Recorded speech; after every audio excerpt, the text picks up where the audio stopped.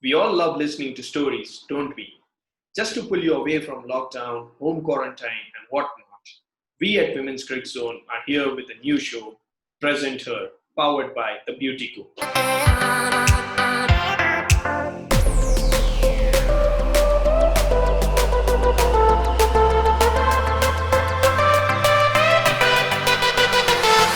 Through this, we will get you stories about 5 women presenters who have paved their way to the top and are a regular at most cricket matches. Today, I have someone who was the first woman to become a regular commentator on BBC's Test Match Special. She has been commentating on most men's and women's games since then. What's more, when you don't find her talking cricket, she's sure to be writing something about the sport somewhere. I'm talking about Alison Mitchell, of course, and it's a pleasure having her to open this innings for us. Hi Alison, welcome to the show. It's a pleasure having you. So how are things going in the lockdown? Hey Yash, yeah, thanks for having me on first of all. Welcome to my London living room. I feel like I've spent a lot of time, well we all have, haven't we, a lot of time at home. In the last 10 or 12 weeks. Yeah, London is, well, in a better position than we were, but clearly not great with the death toll that's been racking up over here. But we are starting to come out of the complete lockdown, so we can meet up with groups of up to 6 at the moment. That's likely to change again in another week or two, you'd imagine. Outside of our own homes though, so still not having people into your homes. So yeah, it's a long old process, the hit to the economy, a lot of worry about jobs. In my role, I'm chair of the Cricket Writers Club this year, and possibly into my second term now, which means we've got an awful lot of members who have just lost all their work as a result of this, and that's across sports as well. So actually, the first sort of 6 weeks of lockdown for me was really head into collaborating with the other sports media associations about how we could help and pull together to help freelancers who have sort of lost all their work and yet don't qualify for government assistance. So yeah, there's been quite a lot of work and effort put into that, and you hope now if sport starts to resume, which is slowly starting to get back here, that then some work will pick up for people as well. So yeah, lots of challenges for lots of different people, as I'm sure it's been the same for you. Let me get back to your childhood. How did cricket happen to you? Cricket was just part of my family when I was growing up. So my dad is a huge cricket fan and a club cricketer. Every Saturday, all my memories, Saturdays were spent down at the local cricket club where my dad played, and then my brother played in the same team eventually. A very typical sort of Saturday spent turning up, either helping out with the scoring, with the tees, learning how to score, just being around the players. I mean, this was at a time when club cricket for girls just didn't seem like a thing. It wasn't even on my radar. I didn't even sort of think, or I don't know, in a sense, I didn't even feel like I was being left out, because it didn't even occur to me that I should be involved, But I always played. I always enjoyed playing with my older brother and my cousins. I certainly got taught everything that they knew about the game. So yeah, that was cricket for us. My mum is also Australian, so that played a big part growing up, because there was this natural Ashes rivalry in our household. So my dad, English, and my mum Australian, and all the family, on that side of the globe, lots and lots of banter. And it's not only cricket which you played, but you played a wide range of sports. Would you like to say something about that? Yeah, well, I mean, to start with, to say that I played cricket is sort of not quite right. I mean, I learned to play, in the backyard, and that was my cricket field. So as I was saying, that was, I was, I don't say how old I am, but yeah, growing up through the 80s, and cricket was just not visible for women and girls. And whilst I knew how to play and was always keen to have a bat in my hand and have a go, and I did fill in for my brother's team, a few times, and you always found a lot of raised eyebrows about, there's a girl in the team. And I would have loved it if cricket was offered seriously as a sport in my school. And that's what's so great now about the fact that it is in so many cases, and in Britain over here. The charity in particular, Chance to Shine, has been getting cricket into state schools so that kids actually grow up familiar with cricket being an equal sport that's played by males and females. So it's just sort of attitude and a cultural assimilation, isn't it? So yeah, so cricket was a sport that I always watched, followed, played sort of privately in the backyard or whenever I got a chance, mix it with the boys. But yeah, at school, any sport going, give me a bat, give me a ball, give me a racket, give me a stick, and I would throw it. You know what I mean? So it was athletics, it was tennis, it was hockey was my main sport, netball, the other winter sport as well. Swimming, definitely no butterfly, backstroke iffy, but yeah, no, I was a handy breaststroker. So yeah, I would have a go at anything and really enjoy it. Basketball, but hockey was my serious sport, which I then sort of played through to county and regional level, and carried that on to university as well. In fact, I did have one game of cricket for my university at Nottingham, so I'm on a scorecard somewhere or other. But, hockey was my life pretty much. It really was. So it was not about toys in your childhood, which are part of a lot of children's childhoods, but it was something about mocking about radio shows and something. What's that story about? Again, just another way of gameplay and playing, really. If I wasn't sort of playing sport and I wasn't on my bike, or just wasn't playing with friends, or playing computer games, which we also did a lot of as kids, playing music, all of those things. Something else was making our own radio programs, which when I look back now, there was clearly something in that in terms of what I was going to go into in later life, but I never thought that at the time. But my mum and dad had an old stereo player, had a couple of microphones, and we used to enjoy as kids, whether it's me and my brother, or me and my brother and friend or cousin and whoever we were playing with, we would plug these microphones in and just talk. And I'd hate to listen back to some of those tapes now because we would have talked absolute rubbish. But we would sort of mix in music, we'd intro and outro from tapes, as if we were DJs. We would pretend to be doing like cookery demos on the radio, or we'd interview each other, just all in the name of fun. But there must have been something there where I just had an innate fascination for audio and also kind of just fiddling around with technicals, I suppose, just recording and mixing and that sort of thing. So it's quite funny when you look back. So you never thought about like journalism as a career? You were thinking about something related to veterinary? Yeah, I actually really loved animals as well, so there's something else. Up until the age of 16, I recall very clearly looking for work experience at a veterinary practice. That was probably never really going to happen because certainly biology, chemistry was not a forte of mine. So I think when the other thing I quite enjoyed doing when I was at school was public speaking. So the public speaking married with, I was doing English literature for A-level, and I remember getting an opportunity to do work experience at my local BBC radio station. Right. And I leapt at that, like that really excited me. And I think really it was because I was so rubbish at biology and physics and chemistry that the veterinary thing probably was not going to happen. And I had this opportunity, went to BBC Northampton, that's the station nearest to where I grew up in the UK. And I think that's where the bug set in, because I loved every aspect of radio and that live environment. And I got a chance to see every aspect of how a radio station worked. Right. Doing all sorts of, menial tasks, but just being able to watch and listen and learn for just a 2-week period. But off the back of that, I actually got invited to come in and work one night a week after school, my last 2 years of school.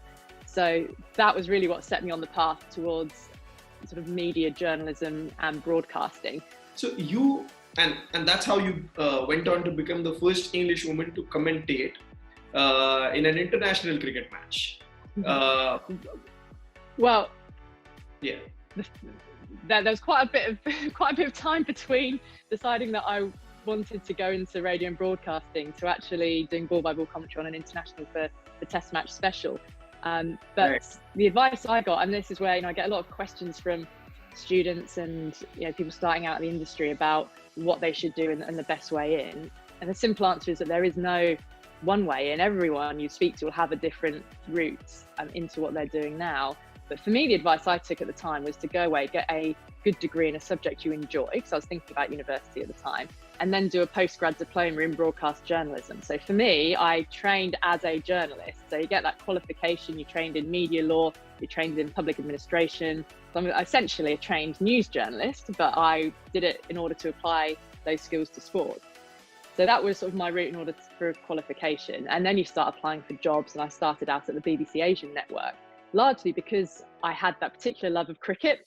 And in and amongst my university 3 years of my geography degree, I'd also built up some work experience with the Wisden Cricket Monthly magazine, with Channel 4 Cricket. I'd done a dissertation based around cricket in the media. And I'm convinced that dissertation played a massive part in me getting a foot in the door in the media, because there was still a sense then of a bit of an eyebrow raised about being a female wanting to do this and being involved in sport. Like, do you really understand cricket? Like, really? And yet I had a 10,000 word document that delved into the nuances of the game, the culture of the game, the history of the game. So it actually was served as proof in a way that kind of no CV, list of things really can, that I understood the game and the fabric of the game. And I've no doubt that absolutely helped with those sort of getting their foot in the door to actually start working in sports media and getting those first and very early opportunities in cricket. So the commentary, actually, I came sort of much further down the line of starting out doing lots of reporting and covering the county game, the men's county cricket up and down the country. My first tour abroad was the 2005 Women's World Cup in South Africa. So that again was a really important stepping stone in being able to show my employers at the time, which was the BBC, I was staff with them, that I could work solo, I could travel, I could look after myself, I could be self-sufficient on the road with reporting, the technicals that involves, etc. And then, bit by bit, you build it up. So the first international commentary was the very first T20 World Cup in South Africa in 2007. Right. So it's not only been cricket, it's been a lot of other sports. So how do you see covering multiple sports at the same time? I feel very fortunate that I've been able to be a multi-sport commentator. And actually this year I was going to go back and commentate Wimbledon for the first time in a couple of years. So I'm really gutted that COVID came along and cancelled that as well. But yeah, I found that once you've got the skills of being a commentator, you can transfer it to different sports, because essentially you are saying what you see, you're describing, you're contextualizing, you're informing, educating and entertaining, I suppose. To sort of steal the BBC's three words. But yeah, from sort of proving myself, I guess, as a cricket commentator, people then, within the BBC in particular, where I did my early work, they were able to say, okay, we know that you can commentate. If you've majored in one sport, and cricket has all been my sort of life passion and my number one sport, by going away and doing a different sport, it's like different pathways in your brain become activated, and you're using a different language, you're seeing different patterns of play, you're talking about different personalities and characters. It's just really refreshing, and it makes you more refreshed for them when you do return to cricket, because you've sort of had a bit of a break and a bit of a diversion. I think you can always have too much of a good thing, and I found it's been useful for me to go away, do another sport, and then come back into cricket as well. So that sounds really interesting, and I see that after that it's been the 2012 London, it's been 2016 Rio. How has it changed a lot about women in journalism and commentators in women commentators in sports? London 2012 in the UK did feel like something of a seminal moment for women in sport. I'd say predominantly women playing sport, so the sports stars, because so many gold medals were won by sportswomen in that particular games. I think there probably also was a big push then also that helped the sense of women presenters too, because some of the faces involved in telling us about those gold medal achievements were also women. So that certainly propelled a number of sort of household names in the UK who are women.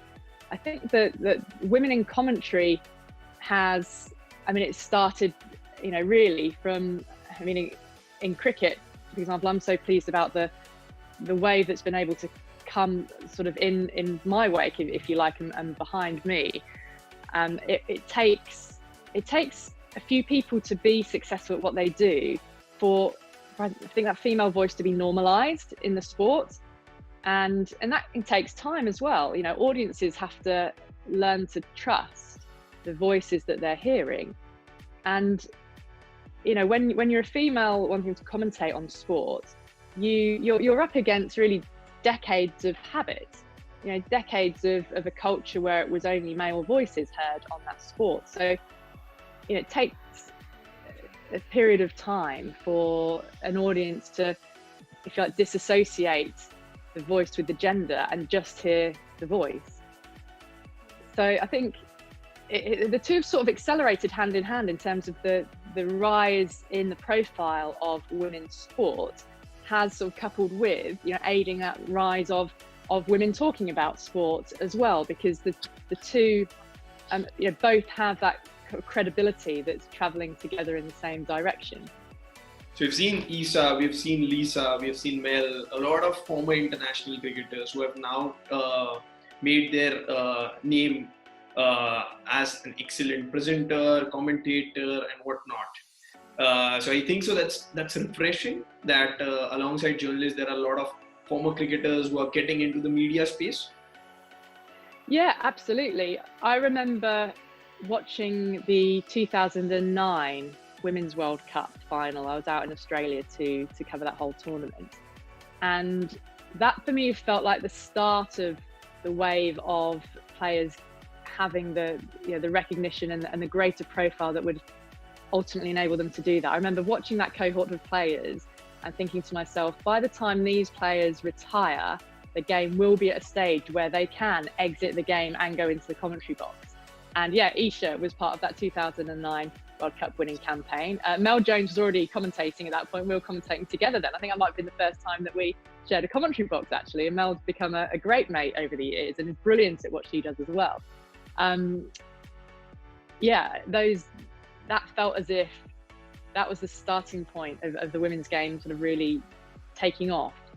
And yeah, it's absolutely come to pass that the greater the profile, the more in demand the players are to then step into the commentary box. And I often get asked about the pressure that female commentators can feel under, because, you know, you are still, as much as I say there's a good number of women in the cricket media now and the sports media, you know, you are still very much the minority when you look around the whole.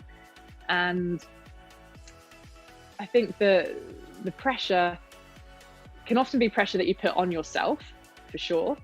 When I first started, when there wasn't, you know, any other women that I knew of sort of doing what I was doing, it felt as if I was sort of commentating on behalf of womankind, if you like, and that if I put a single step wrong, then, you know, the headlines wouldn't be Alison Mitchell is a poor commentator. It would have been women are terrible commentators. They shouldn't be allowed behind the mic.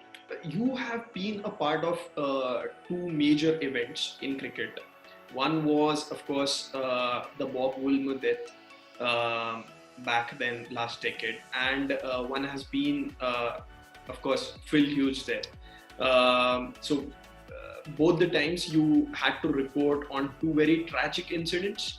I think on both those cases, you go from covering a sports event, and that's what I was there for. On both occasions, I was in Jamaica to cover the 2007 World Cup and Pakistan's group, and in Australia at that time, I'd flown into the country and was about to then, you know, in due course do some cricket commentary with the ABC, and then, you know, some enormous events happen.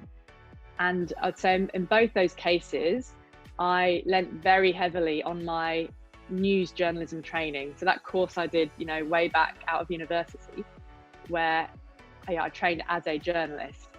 It meant that it was kind of drilled into me to, you know, stick to the facts, you know, particularly with the Bob Woolmer case, sort of attributing all quotes because there was so much rumour and conjecture, and being fair and balanced at all times. The Phillip Hughes case, you know, was less of a, obviously the Bob Woolmer case was a police investigation. So you're essentially, I became a crime reporter for the length of time that was decreed as a murder inquiry. So yeah, you never imagine that you go to a World Cup and then end up reporting on the suspected murder of somebody you know. And Bob was known to all of us. He was so extremely friendly and helpful to young journalists as well. He was a family man. I'd toured Pakistan in 2005. That was the first tour that I went on with England Men, and Bob was in charge of Pakistan then. His family, Jill and the boys, I remember coming out and meeting them in the Pearl Continental Hotel in Lahore. So it was a massive shock to the system. But somehow, when you're in those high octane news situations like the eye of a storm, adrenaline somehow takes over, and personal sort of feelings, if you like, have to be put to one side or squashed because you have a job to do. And that was very much the case, I think, with both those stories, that you're on it and you're on it and you're on it and you're reporting and you're reporting, and the demand is insatiable when you're the sole person that outlets are looking to. And there was a while there in Jamaica where I was the sort of one BBC radio reporter on the ground. Others eventually were brought in, but there was a while when you are inundated with requests, and you service these requests, and you service and you service, and you report and you chase and you report, and then it eventually hits you. And for me anyway, in both cases, there was a moment where it stopped and an emotion kind of takes over you in a wave, and for me, yeah, I cried. And I think that sort of has to be that outlet. I think you're not human, particularly given the fact that these are both people that you know, and it was both just horrific situations. So there is one more series which is very important, the 2008 England tour of India, considering the terrorist attacks that had just hit India. So that series has been of massive importance to the Indian public. But there was one very funny incident that happened. Funny, thrilling. I don't know how you would like to describe it. The incident where you... I know where you're going with this. The incident where you were stuck somewhere. Yeah, so without giving the punchline away, I'll start from the beginning. So it's the tea breaks, the Chennai test match, the rearranged test. As you said, the Mumbai terror attack was another time where, you're in the country, you're there to cover cricket, and then suddenly, a horrific event like that happens. That's sort of a whole, another story kind of behind the scenes as to what happened there with the England team. But ultimately, the cricket tour got rearranged, didn't it? So the test match was played against this backdrop of immense security in the wake of the terror attack. So sharpshooters, bomb squad, anti-sabotage unit, you name it. India's Rapid Action Force, who are the major, all about them, sort of major counter-terrorism force, aren't they, in India? So India's Rapid Action Force were there in force. And during the tea break of the test, I have to just point out as well that this was before the stadium got revamped, I think, for the 2011 World Cups. This was before the revamp. So during the tea break, I went down from the commentary box to go to the toilet, which was sort of several flights down in the depths of the stadium. It was not a sort of salubrious sort of sanitary facility at that stage. And anyway, I went into the cubicle and I pulled the door shut, and something went clunk. And I did what I needed to do. And anyway, then tried to open the door, and I couldn't open the door. And somehow a mortise lock, I don't know how, had clunked shut, and yet there was no handle on either side of the door. There was no handle to unlock the toilet door. And there was nobody else using this toilet, because I think, again, at the time it was the media toilet, and I think I was like the only female in the broadcast zone, so the only person that was going to be going into that toilet. So I started to try to cry for help. I didn't have my mobile phone with me, which is lesson number one, which I always take my phone to the toilet with me now. So I started to try and shout, and no one could hear me, because you know how loud crowds are at cricket stadiums. And I don't know, time went by. It was very, very hot in that toilet. There was no air conditioning. So I'm starting to sweat by this stage, not least because I'm due back on the radio at this point in time. And I think I could hear that play had restarted. And I'm thinking, surely some of my colleagues are going to come and look for me. Nope. I think I was there for about 20 minutes, Yash. And eventually, a couple of police officers came into the toilets, and they could see me. I was climbed onto the cistern at this point. I was sort of peering over like the wall of the toilet cubicle, and yeah, I think they pretty quickly determined what my plight was, and they disappeared. Came back with a couple of members of India's Rapid Action Force and a whole gaggle of onlookers who all came into the female toilets, and the Rapid Action Force proceeded to kick the door down. So given that they were there for anti-terrorism purposes, I think that was pretty much the only major incident that they were called to the entire game, was to rescue a poor little BBC reporter who was locked in the lavatory. You've covered multiple World Cups, but I guess two have been very significant. The 2011, where you had to travel India, Bangladesh, Sri Lanka, and the 2017, of course, which has been massive. The women's. Base for women's cricket. So how do you describe these two experiences? Two very different? Yeah, the 2011 World Cup. I reckon if I had a map, of India, Bangladesh, and Sri Lanka, the number of flights over that 7-week period, I just remember it being an immensely exhilarating time to be in the country. And I really cherish the fact that for the quarterfinals onwards, I followed England to their quarterfinal. I was with England in the lead up to their quarterfinal, but then I went across and followed India basically through to the final. So the India-Pakistan semi-final in Mohali in 2011 and was another extraordinary game, and really cherished memory, because as you'll remember, there was huge excitement about India playing Pakistan at any time, but playing on Indian soil. There was all the stories about people traveling over the Wagah border and coming into India, and people being put up in other people's homes. I'll always remember the clamour for tickets was extraordinary, and I'll always remember the person holding a cardboard placard which just said, "My kidneys for a ticket." They were absolute gold dust, and we were in the Ring of Steel, staying inside the team hotel with India and Pakistan in Mohali, and just a sort of surreal experience of having snipers behind sandbags outside the hotel, and just the level of security that was there, but also just how actually friendly the whole atmosphere around the game was. It was a thrilling and really special thing to be part of. And then of course India going through to the final in Mumbai, even more amazing to be there when India won.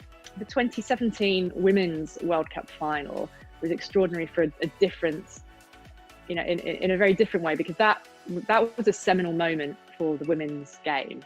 It was the first time that a traditional international sized arena like that had sold out for a Women's World Cup final. It was the biggest audience that there'd ever been for a Women's World Cup final.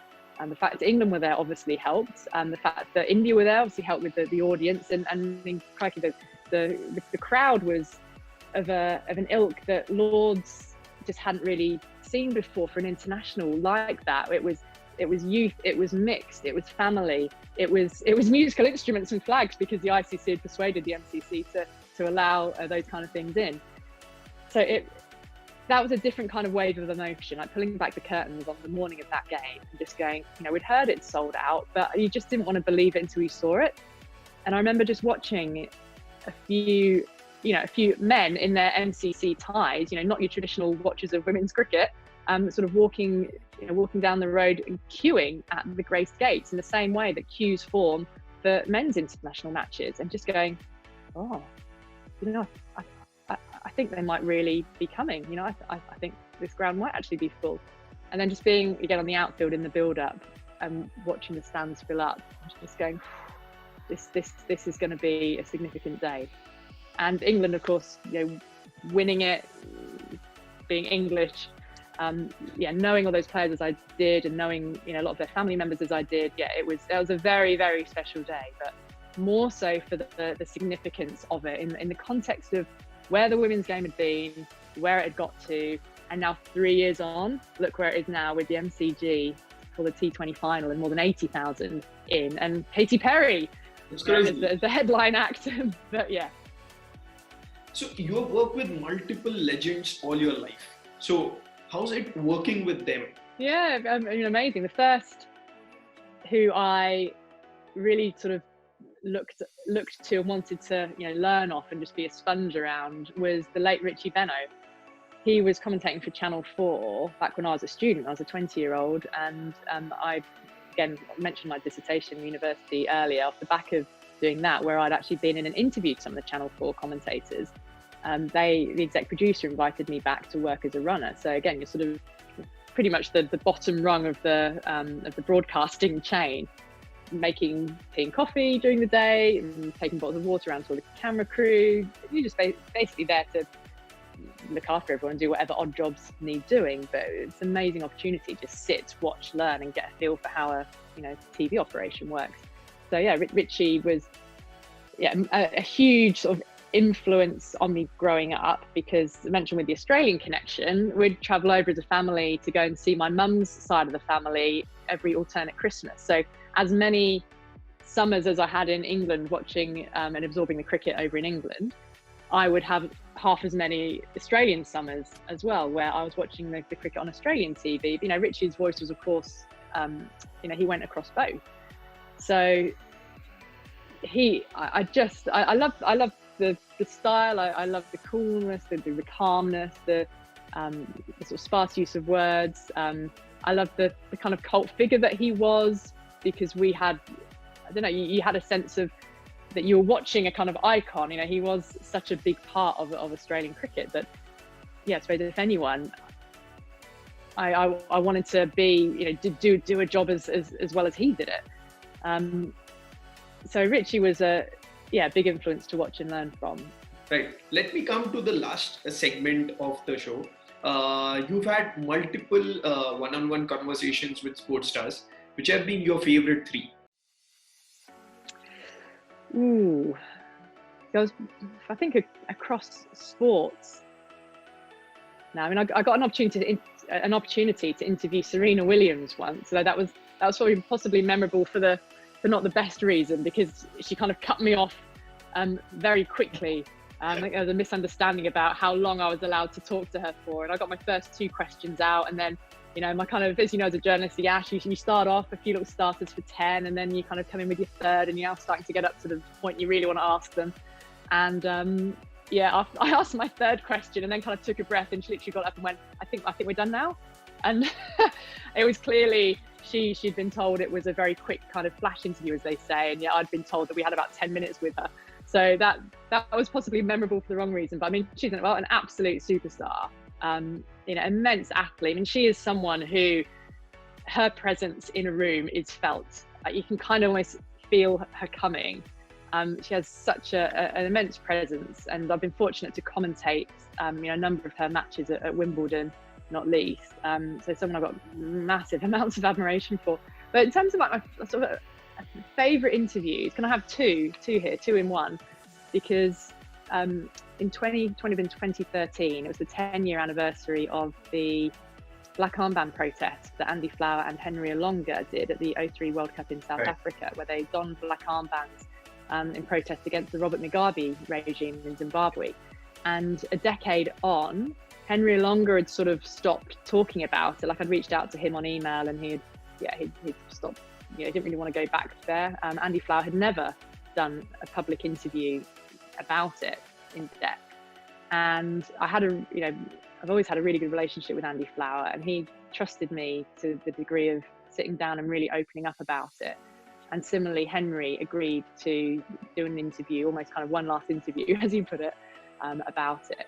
And so what was the best thing about that interview was, well, the trust, when people put trust in you to really tell you things that are quite emotional to them. And Andy Flower, his voice broke when he, talked about some of the aspects of that protest, but more to the point, what happened afterwards. And he admitted that he and Henry had sort of lost touch after those events, which, led to death threats for both of them, particularly Henry Olonga. And Andy Flower had sort of fled England and sorry, he'd left South Africa and had a job playing cricket with Essex County Cricket Club, whereas Henry Alonga was sort of stuck and ended up, living in England and sort of stuck there because he didn't have a British passport yet. He couldn't go back to Zimbabwe, and Henry, in his interview, I sort of got the sense, well, he said that, he felt a little bit sort of left high and dry, and Andy acknowledged that the two of them hadn't really spoken, hadn't really communicated since that protest happened, like 10 years on. And the fact of me doing this piece and a program about it and interviewing them both, as I did separately, Andy said, at the end of the interview, do you know what, when we finish this interview, I'm going to pick up the phone and ring Henry Alonga. And he did. And it brought the two of them back together. They had a really nice conversation. Absolutely. So just a rapid fire, 6 questions. Lords, Okay. Lords or MCG? Lords or MCG? Lords. Steak or salad? Steak. Brunch or Perry? Brunch, because if I don't, she might actually kill me. Lords 2017 or Lords 2019? The more Oh, emotional World Cup win. That's not fair. No, I'm on the fence. It's hurting me, but I'm on the fence. Okay. Cricket or hockey? Cricket. Knight or Edwards, the better captain? You can't be asking me these. They've got a World Cup each, haven't they? In fact, hang on, Charlotte Edwards has got two from 2009. That's the only thing I'm basing it on is World Cups won.